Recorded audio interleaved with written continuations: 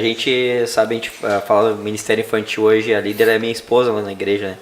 E ontem, né, no culto, um cara tá nos visitando, assim, volta e meia ele aparece na igreja lá com a família dele. E ele disse, cara, eu congrego em outra igreja, né, em outro lugar.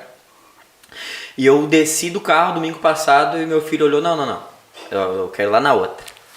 E aí eu disse, bah, que legal, falei pra ele, né, que ele, não, cara, ele se enturmou. E aí ontem no anúncio, a gente fez um anúncio e a gente diz assim, tal dia, não lembro a data agora, vai ter um galeto que vai ser convertido no ar-condicionado dos kids, né? Uhum. E aí o cara disse que quando ele ouviu o anúncio, ele olhou pra igreja. E ele tipo viu que o prédio da igreja onde o culto acontece não tem ar-condicionado. Não tem. E aí ele olhou e disse que ficou pensando, pô, os caras vão fazer um galeto pra botar ar-condicionado no kids. Aí ele disse assim, eu desci, né? A gente terminou o culto e ele veio falar comigo. Ele disse, cara, por isso que meu filho quer vir aqui. Sabe? Por isso que ele quer vir aqui, porque vocês tratam eles como prioridade, né? E a gente tem o pastor William, uma vez ele disse numa reunião, ele falou que a gente tem que parar de olhar a criança como o futuro. Ela é o presente. Bah. Tá entendendo? Não é o futuro da igreja, ela é o presente, cara. Sabe, o pastor, o Binho, ele teve aqui, né, da Onda Livre. Ele disse, cara, uma vez preguei, né, tá aí um podcast dele, pode pesquisar lá depois. Uma vez eu preguei, cara, eu disse assim, pensa num culto que eu preguei, parecia que o seguinte não fez sentido, sabe? E aí daqui a pouquinho veio as crianças do Kids, 3, 4 tinham sido tomados pelo Espírito Santo e tinham recebido de Deus e estavam orando por cura e não sei o que. E aconteceu um mover do céu no Kids. Aí tipo, o culto não tava lá no prédio, na parte principal, o culto tava sendo com as crianças. E a gente precisa entender que o filho vai por obrigação, né? Tipo, tu deixa teus filhos em casa e vai pro culto. Não tem como, né, cara? Eles vão porque tu arrasta eles pra ir. Aí eles vão pro lugar que tu diz assim, não, tem que ficar sentado aí quieto. Aí vai ficar aqui. Cara, daqui a 5, 10 anos eles vão estar, tipo... Não vão ter uma alegria da igreja. Eles vão ter meio que um... Ah, cara, não que eu quero naquele lugar. Lembrança deles, isso, eu não quero nem passar perto. E tu sabe que isso foi uma coisa que a gente sempre conversou, né? A gente se converteu junto, bem dizendo, nesse processo. E a gente sempre falou isso, né? Hoje, graças a Deus, a gente tem as crianças e tem essa liberdade lá, né? Porque às vezes a gente fica isso, eu não vou. A gente tem, na nossa visão lá de célula, a gente, eu não vou com as crianças na célula porque vai atrapalhar e tudo mais. E às vezes a gente acaba, né? Não vou, não se envolvendo com as coisas justamente por isso. E é um cuidado que a gente sempre teve, né? A gente conversando, cara, eles têm que entender que é um ambiente que eles são livres. Não dá para engessar eles, porque senão eles vão dizer, quando eu ficar mais velho, eu não quero esse Jesus, porque é chato. E não é, né? Tem que ser algo, né, natural, simples, deixar eles na liberdade, né? A própria questão, né, de como a gente age em casa, né? Porque às vezes a gente quer mostrar para os filhos que Jesus é bom, mas as nossas atitudes às vezes não estão mostrando, então é um perigo, né? Porque nós vamos dizer, meu pai fala que Jesus é tão bom, mas ele não está vivendo esse Jesus, né? Isso é muito importante, o negócio que vocês falaram, da questão de, cara... criar o ambiente da igreja para a criança, né? Que nem falou, não é só uma aula que nem a gente faz lá. Não, cara, ele tem que pensar, cara, isso que foi preparado para mim, né? Exato. Cara, eu sou especial. E isso foi um fator determinante quando a gente foi pro Bola, de a gente procurou uma igreja, outra naquele processo de nem conhecia Jesus, mas precisamos de algo. A gente foi numa igreja, daí o Guilherme não ficava no infantil. Tipo, não gostou. Daí convidaram a gente para ir em outro lugar, nem tinha infantil. Daí, cara, para quem tá ali com a criança e não para, tu já fica constrangido que o pai tá atrapalhando o ambiente, né? E várias vezes já aconteceu ali de criança não subir pro infantil e ficar no culto, pastor, deixa livre, cara. Né? O próprio Jesus falou, né? Sim, deixa as crianças vir em mim, cara. Se eram os discípulos tentando segurar, não, pode vir. E quando o Guilherme, no caso, a gente tinha só o Gui, ele foi no infantil lá com o Murilo ainda, né? Ele voltou, papai, eu quero ir nesse lugar, quero ir nessa igreja. E é sempre assim, todos os domingos, né? Ontem a gente até nem foi no culto, a gente tinha compromisso. E eu mexi com eles dois, a gente não vai, mas eu quero ir. Os dois falaram. Então, cara, porque o ambiente, eles se sentem em casa, né? E não, cara, o meu ambiente, vocês ficam aí no canto, né? Então, isso é muito importante, a gente criar esse ambiente na igreja. E a gente como pai, todo mundo que está olhando, pai de jovens, pai de criança aí, cuidar para que isso seja uma verdade, né? Preciso mostrar para o meu filho esse Jesus. Aquela questão assim, meu filho não vê eu orar em casa. Meu filho nunca me pegou. Terceirizando. Lá no culto, que, meu, a gente, né, somos maduros, né? Aqueles que vão ouvir aí também. Né? Tipo, no culto, eu gosto de ir na igreja porque no culto o meu pai ou a minha mãe, eles se comportam São assim. uma benção. Tipo, oi? Mas em casa. Exato. Só que às vezes a gente terceiriza, né? A gente terceiriza a educação para a escola. A gente terceiriza uma oração para o pastor. Não, tem que ser o pastor orar. Não é que esteja errado o pastor orar por nós, mas, né? A gente vai, por que eu vou buscar se eu tenho Moisés e foi bem a palavra que eu compartilhei na quinta-feira, né? A gente costuma... a gente tem esse hábito de terceirizar as nossas responsabilidades, as experiências, assim, né? E é justamente o que tu falou. Só que a palavra foi bem assim, a solidificação. É a gente parar com o leitinho, o líquido, e passar para o sólido. De parar de terceirizar. Que hoje, uma das dificuldades que nós temos é com os pais. Às vezes nem é com o jovem. Eu sei te escolher de futebol. Às vezes é com os pais, porque é aquilo, né? A gente fala para eles, tem que orar, a gente tem plano de leitura, e a gente puxa eles. Porque é que nem a gente falou, não é só diversão. Cara, é Bíblia. É Bíblia, tem que ler, porque não adianta. Não gosto, cara. Nós não fomos chamados para fazer o que a gente gosta, cara. Exato. E eles têm que entender isso desde a juventude. Porque no colégio não vai ser assim. Então, só que hoje a dificuldade que às vezes a gente tem é com os pais. Porque a gente, tem um plano de leitura, beleza. Pai, lê com o filho. E para nós também, nós somos pais. E que exemplo, que legado que nós estamos deixando, principalmente para os nossos filhos, né? Exato. Que é o começo, né? Porque Jesus, ele vai nos cobrar isso, é a tua família, cara. Às vezes o cara quer ganhar a multidão inteira. Cara, né? E o cara de casa não tem. Então, é isso, né? Qual o legado que eu tô deixando? Porque se eu falo pro meu filho assim, né? Que nem nós passamos através do ministério, cara, tu tem que ler. Ontem eu falei, cara, se o teu pai não lê em casa, o teu espelho tem que ser Jesus. O teu espelho tem que ser Jesus. Tu pode ter vários exemplos, várias referências, mas o exemplo tem que ser Jesus. Porque qualquer um de nós, eu sempre falei isso para meus filhos, um dia eu vou te decepcionar. O teu líder vai te decepcionar, o teu pastor vai te decepcionar em algum momento, só que Jesus não. E a partir do momento que a gente entende aquilo que o meu modelo é Jesus, e eu posso ter uma referência e não tem problema nenhum, mas o modelo é Jesus. Ele é o modelo. Então, às vezes a gente fica assim, eu não vou fazer porque meu pai não faz isso. Eu não vou orar porque meu pai não ora.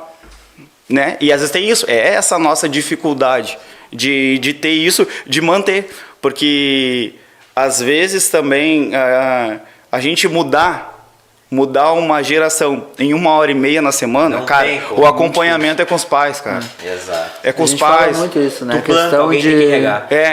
Cara, como é que eu vou implantar aquilo na cabeça de uma criança ali, aquela verdade, sendo que a gente tem, vamos supor, uma vez na semana ali, 2 horas com a criança. Só que como ela tá em casa? Porque tem essa questão, mas eu não gosto de forçar meu filho a isso. Só que se for ver, cara, a nossa geração, a geração que a gente está vendo hoje, ela é muito imediatista, ela é muito frágil. Porque que na nossa época, vamos começar já o próprio bullying, né? A gente se criou numa geração, cara, que o que era errado você acertava na escola, o que era certo você acertava lá também, e lá ficava. Mesmo se tu apanhasse, teu pai não ia lá na secretaria brigar com o professor, com o diretor, porque a gente amadurecia na cara e na coragem. Tinha que amadurecer, né? Era obrigado. E o que acontece hoje? Cara, já nem pode, né? Colocar um apelido e tudo mais, né? De repente vão até querer me linchar depois disso. Mas, cara, como é que tá sendo moldada essa criança? Tipo, tu ia pro colégio, tinha vergonha, mas tinha que apresentar um trabalho. Vai apresentar, meu. É tua nota. Exato. Hoje o que acontece? Ô, diretora, meu filho tá com vergonha, tem como ele não apresentar isso? E tem um estudo que eles fizeram agora que a nossa geração que a gente está vivendo é a primeira geração que o QI caiu, que o QI abaixou em vez de ir, sempre teve uma crescente, ele decaiu, sendo que é a geração que tem mais conhecimento, só que é uma geração que tem um conhecimento flagelado, um conhecimento que não serve para nada. A gente até estava falando isso no sábado. Cara, a maior dificuldade que hoje eu encontro como líder de jovem é tentar me comunicar com alguém que não sabe nem o que ele quer, né? Que eu estava falando, cara, o que era a nossa experiência na nossa adolescência, na nossa juventude, né? E quando era criança. Cara, o nosso mundo era... a gente acabava vivendo aquilo, todo mundo junto. O que a gente curtia? Eu gosto de pagode, eu gosto de rock, eu gosto de reggae e gosto de futebol. Eu até preguei isso no sábado. Eram tribos. Hoje tu não vê mais tribo, cara. Porque cada um quer ser um pouco de tudo, então como é que tu vai entender a mente de alguém que nem ele mesmo se entende? A gente não conhecia Jesus, mas a gente tinha aquilo, cara, eu gosto de futebol e meu sonho é ser jogador de futebol. Pronto. Tu tentava aquilo ali até tu ver que não deu. Mas hoje, tu perguntou, hoje eu quero ser médico, amanhã eu acho que médico veterinário. Não, pensando bem, eu quero ser outra coisa. Não tem isso implantado porque está se criando essa geração que ela não está passando pelas dificuldades da vida para amadurecer, né? Então é uma dificuldade e a gente como pai tem que ter esse zelo, esse cuidado de ver meu filho sofrer também. Porque tem muitas dores, muito sofrimento que o meu filho vai sofrer, que não é eu que vou curar a ferida dele, é o próprio Senhor Jesus. Jesus que vai ter que ir lá curar aquela ferida interna nele ali. Que muitas vezes até a gente, mesmo amando, mesmo conhecendo a palavra, a gente vai errar, que nem o Thales falou, né? Porque a palavra diz, vocês mesmo sendo bom, se o filho de vocês pedir uma pedra, vocês não vão dar. Se pedir um pão, vocês não vão dar uma pedra, no caso. Né? Então, a gente vai criar essas feridas muitas vezes com as nossas atitudes, com os nossos erros, mas precisa deixar o filho chorar, ralar o joelho. Hoje as crianças nem ralar o joelho ralam mais, né? Porque, ai, Deus do livro, meu filho vai cair, ele vai se machucar. Ai, não pode andar de bicicleta. Bota uma joelheira. Tá se criando uma geração que tem medo de sofrer, né? Tem medo de se frustrar, né? E a frustração é necessária para o nosso amadurecimento, né? Cara, e hoje não tem como essa geração não se frustrar, né? Por exemplo, se tu pega hoje a rede social, né? Eu conversava com meu primo um tempo atrás, ele disse assim, cara, nunca houve para te chegar tão perto de quem tu é fã. Vamos trazer futebol. Eu curto o jogador camisa 10 da seleção, tá? Aí eu curto o cara, eu faço o que? Eu sigo o cara na rede social, eu vejo o que o cara come, eu vejo o que o cara anda, eu vejo o dia a dia do cara. Antigamente tinha um time, tu ia ver o cara, o camisa 10 no jogo da seleção. E era o que tinha. Era o que tinha, tipo, não conseguia ter um acompanhamento do cara pra ti. Hoje os caras querem todo mundo ser sósia, querem ser igual às pessoas. E aí tu pega, por exemplo, assim, a rede social, né? Trazendo pra nossa juventude, né? É o quê? O cara pega ali uma telinha desse tamanhozinho, quadradinha, e aí o cara vê lá o Sidney, que do nada o cara abriu uma barbearia e hoje tá com 20 franquias, 50 franquias. E na verdade, né, não que aconteceu com o Cid, aconteceu com outro cara, né? Era uma fraude. O cara usava pra lavar dinheiro, fazer um negócio. Só que seguinte, o quanto de sonho foi moldado através dessa telinha quadrada, que o pessoal disse assim, não, eu vou abrir uma barbearia e vou cortar 300 cabelos por dia. A tanto valor e vou comprar minha BMW, vou comprar meu Porsche. E na real não funciona assim. Porque hoje a gente vende uma ilusão. É a mesma coisa o evangelho, né? Às vezes eu falo pra quem é evangelista e tal, cara, tu quer inflar teu ego de evangelista, vamos no hospital. Vamos no Instituto do Câncer, vai ter um monte de crianças, pais, mães, vai ter um monte de famílias precisando de algo que o humano não pode dar. Tipo, não tem como tu dar nada. Foi desenganado. Cara, tu tem tanto tempo tem de mais vida. esperança. Aí tu chega lá e diz assim, não, eu conheço um cara, Jesus, sabe? E a gente vai lá e vende o Jesus, só que não funciona como um passe de mágica.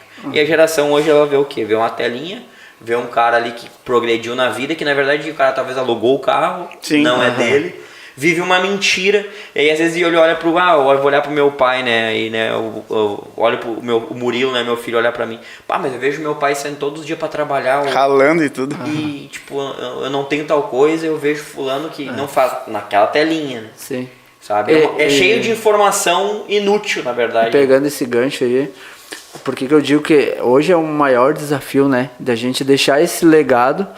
Porque é uma questão assim, né? Eu penso comigo. Cara, a gente tá recebendo uma igreja de alguém, né? Que trabalhou, lutou, pregou o evangelho. E a gente tá pegando algo, legal. Dá para melhorar, porque a ideia do jovem é essa. Eu quero fazer melhor do que estão me alcançando agora. Dá para melhorar. Mas o desafio é esse. Será que eu vou conseguir melhorar, entregar algo de verdade para alguém? Sólido. Porque tem uma frase que eu gosto... que eu escutei que disse assim, o teto da nossa casa é o piso da próxima geração, entendeu? E o que eu vou entregar, né? A gente conhece várias gerações da Bíblia ali que se perdeu o evangelho, se perdeu a palavra, se perdeu o poder de Deus, porque as pessoas esqueceram, elas se preocuparam mais com elas mesmas, mais com o seu ego, e cara, a nossa geração, o maior perigo é esse, a gente pode ser bom em tudo, né? Hoje tem coach para tudo, que fala, cara, tu é bom para isso, tu é um vencedor, tu consegue. E cadê Deus na história? Né? Às vezes eles usam o poder de Deus para dizer que tu é bom. Não, mas tu pode ser rico, se tu olhar a palavra de Deus, tá, mas qual o sentido disso, né? pra que essa... Tem necessidade de eu ser milionário? Né? O que nem tu falou. É muito sonho hoje que os jovens têm de, tipo, eu quero ir pra África. Cara, o teu bairro é o campo missionário, né? Só que o que? Se tu pregar o evangelho ali na tua rua, ninguém vai dar bola, ninguém vai dar curtida. Mas se tu botar amanhã, tô indo pra África pregar o evangelho, cara, teu Instagram vai bombar. Então, aonde que tá o foco, né? Onde é que tá teu coração, onde né? é que tá o coração do que tu tá vivendo? Cara, tu até então, tem há um intenção desafio, boa. né? Uhum. O homem rico tinha uma intenção boa, né? Ele chega pra Deus e pergunta o que eu preciso pra herdar o reino do céu.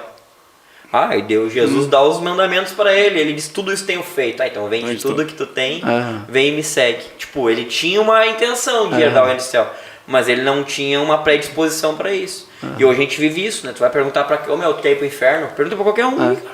Claro que não, cara. Ninguém quer. Os caras querem ir pro céu. Só que de boas intenções, né? Um chefe meu falava, o inferno tá cheio.